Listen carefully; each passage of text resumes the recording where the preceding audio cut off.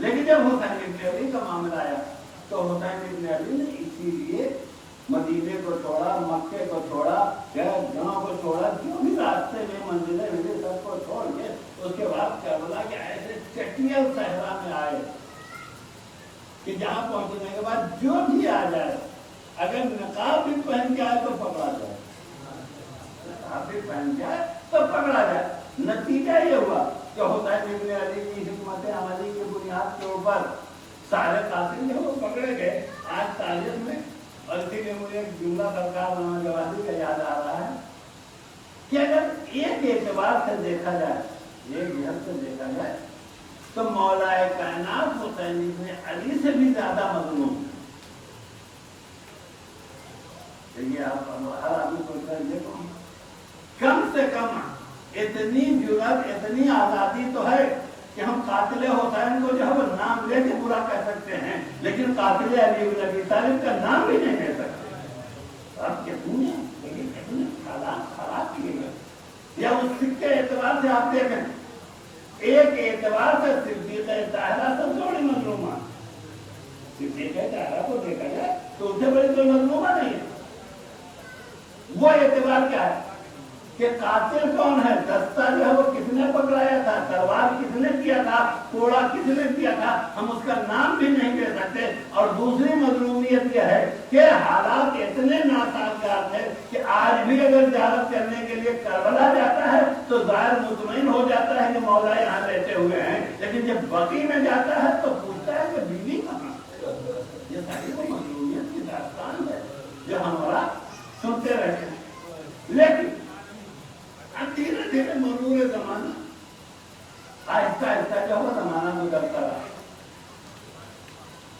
اور ادھر بنو امیہ کا ظلم جو ہے اتنا زیادہ بڑھتا گیا۔ اولاد ابو طالب کو جس کو ہم اولاد بنو ہاشم کہتے ہیں، اتنا زیادہ بڑھتا گیا کہ میں نے کسی مجلس میں پڑھا کہ شوہر اپنے کو اپنی بیوی سے نہیں بتاتا تھا کہ ہم علی کے چاہنے والے ہیں یا نسل علی بن ابی طالب میں۔ روایات میں یہاں تک ملتا ہے کہ ایک شخص جو ہمارے اولاد کے چوتھے امام کی نسل میں سے تھا،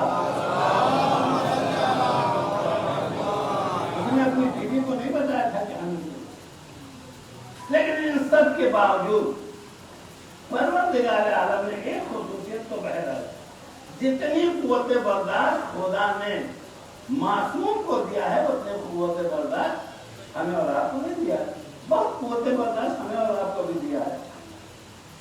بھائی 1400 سال سے جو ہے وہ قاتل حسین کو برداشت کر رہے ہیں، نہیں کر رہے ہیں، اپنے عزا خانوں میں بیٹھ کے رو کے آنکھوں کے اشک جاری کر کے سینے پہ ہاتھ مار کے، یہ سارے وہ طریقے ہیں جس میں ہم اور آپ صبر کر رہے ہیں، برداشت کر رہے ہیں۔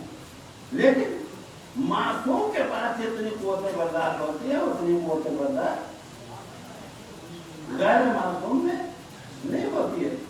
اور میں یہ بات جو ہے وہ اپنے دور کی مثال اس لیے دے دیتا ہوں، لیکن اس دور میں بھی اس لیے تاریخ کہتی ہے کہ جب ہمارے اور آپ کے 5ویں امام کا دور آیا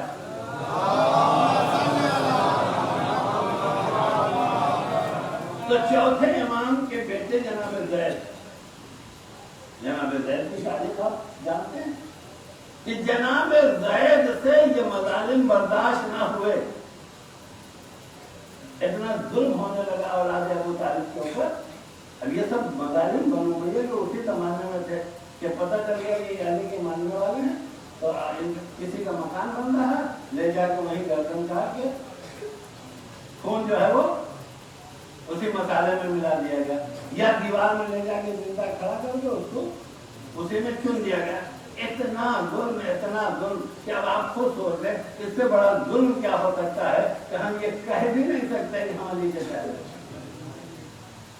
اس سے بڑا ظلم نہیں ہوں، اس لیے میں اکثر اپنی مجلسوں میں کہا کرتا ہوں کہ ہمارے اور آپ کے اوپر تو کوئی پریشانی نہیں ہے، بالکل کھل کے اتنے بڑے مجمع میں فضائل اہل بیت بیان کر رہے ہیں، لیکن اگر حالات ناسازگار ہو جائیں اس کے بعد حق کہنا پرستہ اندازہ ہوگا کہ کتنا حوصلہ اور کتنا چلے جائے۔ ایسے میں جناب زید امام کے پاس ہے، کہنے کہ ہم برداشت نہیں ہو رہا، قیام کریں۔ اور ادھر سے لوگ قیام پہ سہارا دینے والے موجود، کہ نہیں آپ قیام کیجیے، نہیں آپ قیام کیجیے۔ جب امام کے پاس آئے تو امام نے کہا کہ دیکھو میں تم کو قیام سے منع نہیں کرتا، لیکن اس کا نتیجہ اچھا نہ ہو، اس کا نتیجہ۔ اب آپ پوچھیں گے کہ کیوں امام نے کہا؟ اس لیے کہ امام کو مستقبل کی خبر ہوتی ہے، امام جانتا ہے کہ یہ کوفے والے یہ ہم ابھی تو کہہ رہے ہیں کہ چلو آپ قیام کریں، اور قیام کرنے کے بعد یہی وجہ ہے، یہی ایک سوال تھا کہ جو جا کے پانچویں امام سے کہا، اور جو امام نے کہا کہ نہیں میں قیام میں مصلحت نہیں دیکھتا ہوں، لہذا اگر تم قیام کرنا چاہتے ہو تو کرو، لیکن نہ کرو تو زیادہ بہتر ہے۔ اس کے بعد جناب زید نے قیام کر لیا، جس کے نتیجے میں ایک اختلافی بحث شروع ہو گئی کہ جناب زید جو ہے ان کا قیام جو ہے وہ صحیح نہیں تھا، ان کا انقلاب صحیح نہیں تھا۔ وہ اس لیے صحیح نہیں تھا کہ امام کی اجازت انہیں حاصل نہیں تھی۔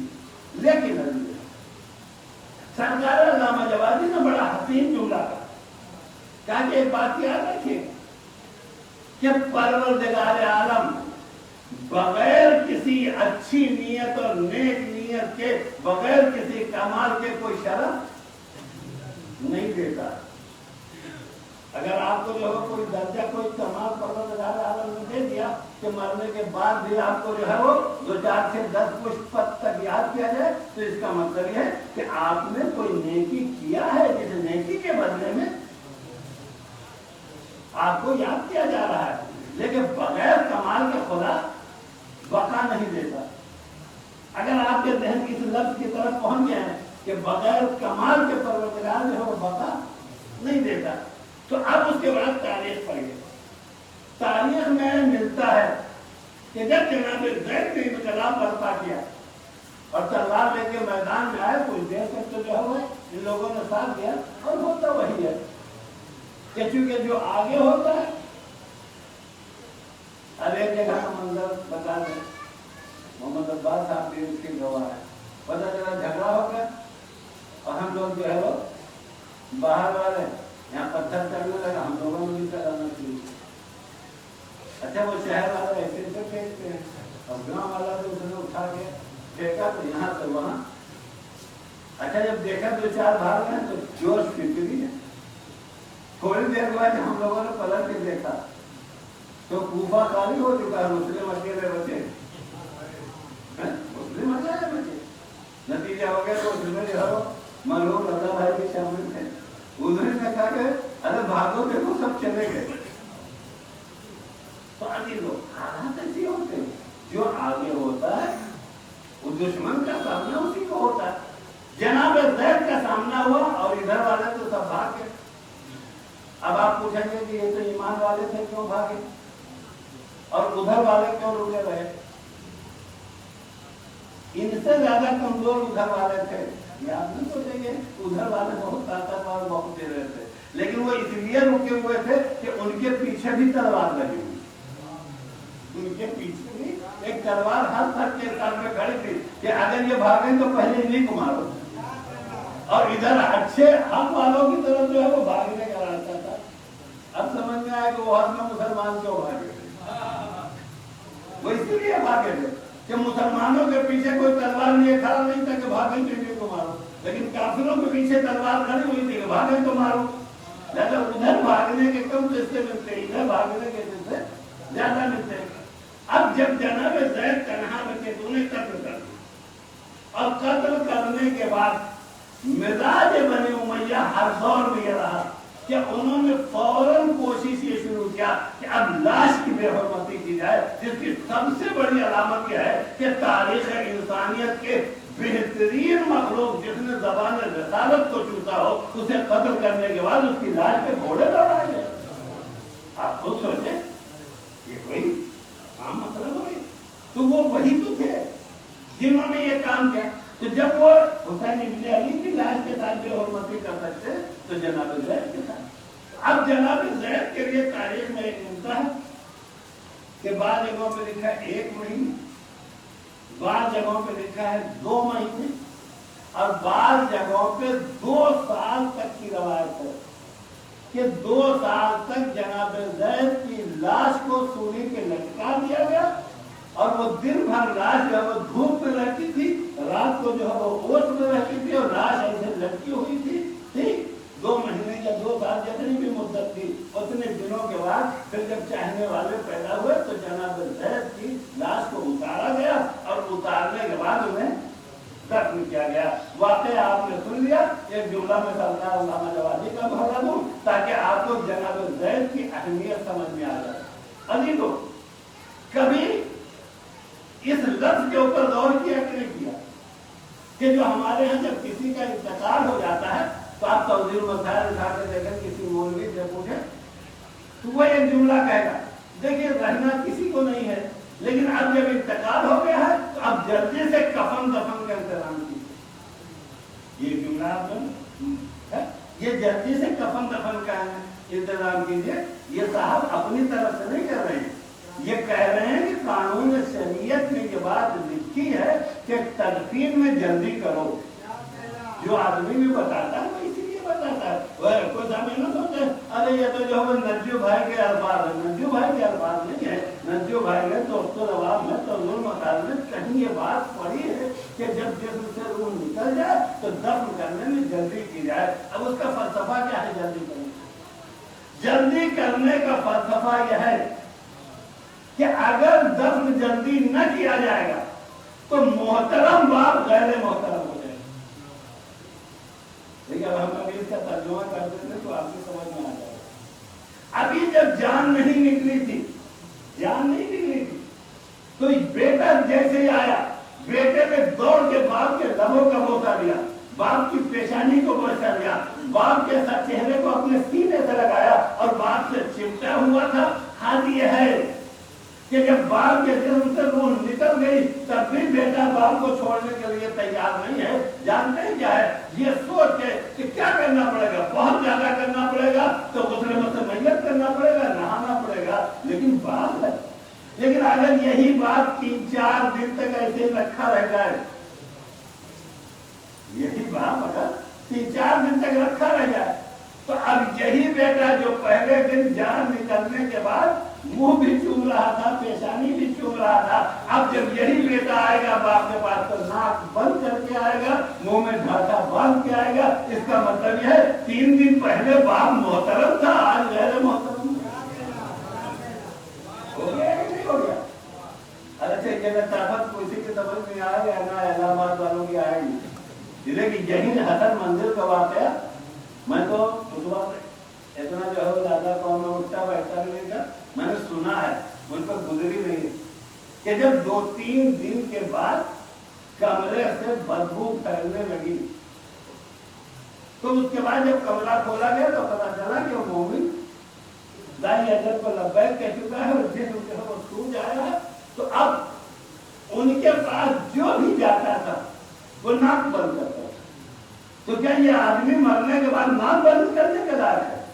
نہیں. ابھی تو مرنے کے بعد ناک بند کرنے کے لائق نہیں ہے. یہ ناک بند کرنے کے لائق اس لیے ہوا کہ تقسیم میں دیر ہوئی، تقسیم میں جو ہے وہ دیر ہوئی. اور یہ نظام ہے کہ جسم سے روح نکلنے کے بعد کچھ مدت تک جو ہے وہ باڈی جو ہے وہ گرمی کو برداشت کرتی ہے، کچھ مدت کے بعد باڈی جو ہے وہ خراب ہو جاتی ہے.